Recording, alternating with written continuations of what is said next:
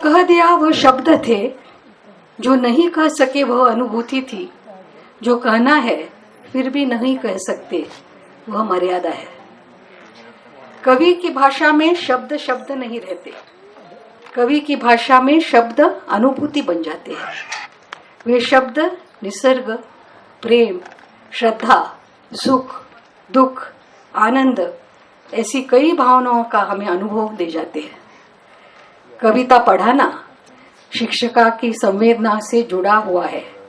कविता चाहे हिंदी में हो या अंग्रेजी में या कन्नड़ में, शिक्षक का कवि की भावनाओं के समक्ष होना जरूरी है। आज शहीद भगत सिंह की जयंती है, तो मैं उन्हीं को शत शत वंदन करना चाहती हूँ कि देश की आन बान शान के लिए जो शहीद हो गए हिंदुस्तान के लिए, आओ देशवासियों एक काम कर लें, देश के ऐसे शहीदों को प्रणाम कर लें।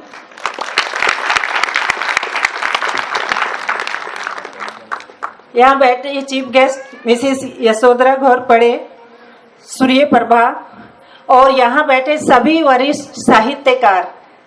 आज मुझे बड़ा गर्व महसूस हो रहा है कि आज हमने दोनों भाषाओं का संगम हिंदी और कन्नड़, यहाँ पे इतनी कवयित्रियाँ इकट्ठी हुई हैं कि आपको विभिन्न विभिन्न रंगों की कविताएं यहाँ सुनने को मिलेंगी और सब लोग इतनी दूर से चलकर यहाँ हमारे यहाँ आए हैं, तो हम इन सब का स्वागत करते हैं। क्योंकि साहित्य एक ऐसा होता है कि जो समाज का दर्पण होता है। पहले ऐसा समय था कि बहुत गिनी चुनी लेखिकाएं होती थी, लेकिन आजकल तो 70 से ज्यादा तो ऐसी लेखिकाएं हैं जिनका देश विदेश में बड़ा नाम सम्मान है। और साहित्य के क्षेत्र में सभी लोग अभी बहुत आगे बढ़ रहे हैं। और आजकल जो मीडिया का युग चल रहा है और सोशल मीडिया की वजह से लोगों का सुनना सुनाना बहुत कम हो गया है, तो हमारा उद्देश्य ये सब कार्यक्रम रखने का यही है कि लोगों में सुनने सुनाने की जो संभावनाएं है वो आगे इसी तरह चलती रहे और उसमें रुचि बनी रहे।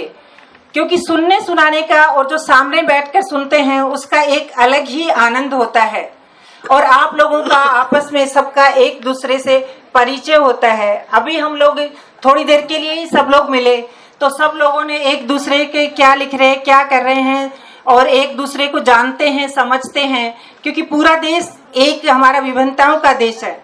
ऐसे ही हम लोग इसी तरह इकट्ठे होते रहेंगे, मिलते रहेंगे, तो एक दूसरे का सम्मान करेंगे। क्योंकि जैसे अभी कन्नड़ भाषा हो या हिंदी भाषा, कोई भी भाषा एक दूसरे की विरोधी नहीं है। ये दोनों भाषाएं एक दूसरे की पूरक हैं, दोनों भाषाएं सखी हैं, सहेली हैं।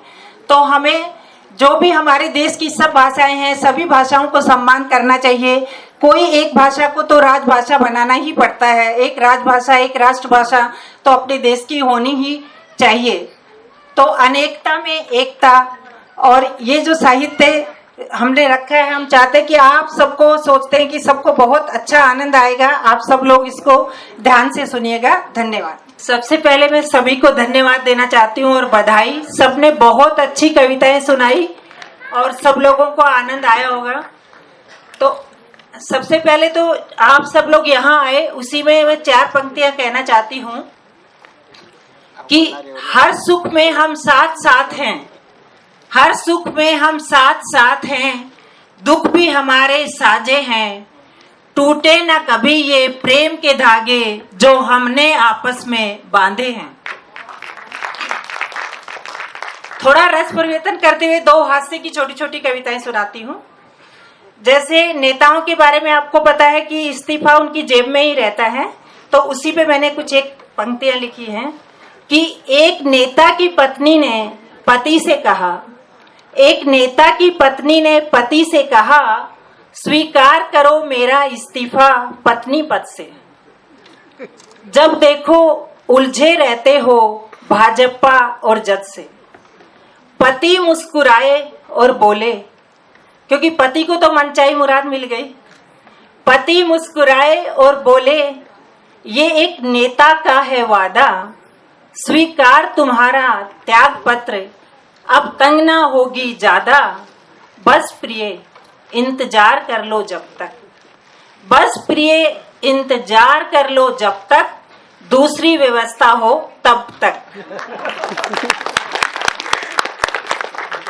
ऐसे एक छोटी सी और हास्य की कविता है, हास्य है और एक दहेज के बारे में उसमें एक व्यंग्य भी है कि एक लड़के ने जब लव मैरिज करी तो उसके पिताजी पे क्या गुजरी, उससे पे लिखा मैंने कि हेलो डैड, खबर है बैड, मैंने कर ली शादी, मत समझना इसे आप अपनी बर्बादी, मुझसे हो गई मनमानी, आप भी दे दीजिए दहेज की कुर्बानी।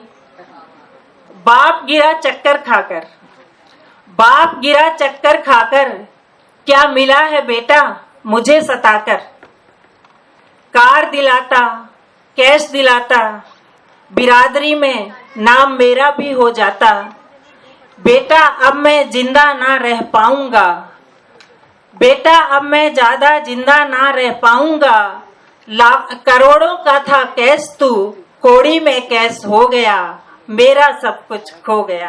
धन्यवाद।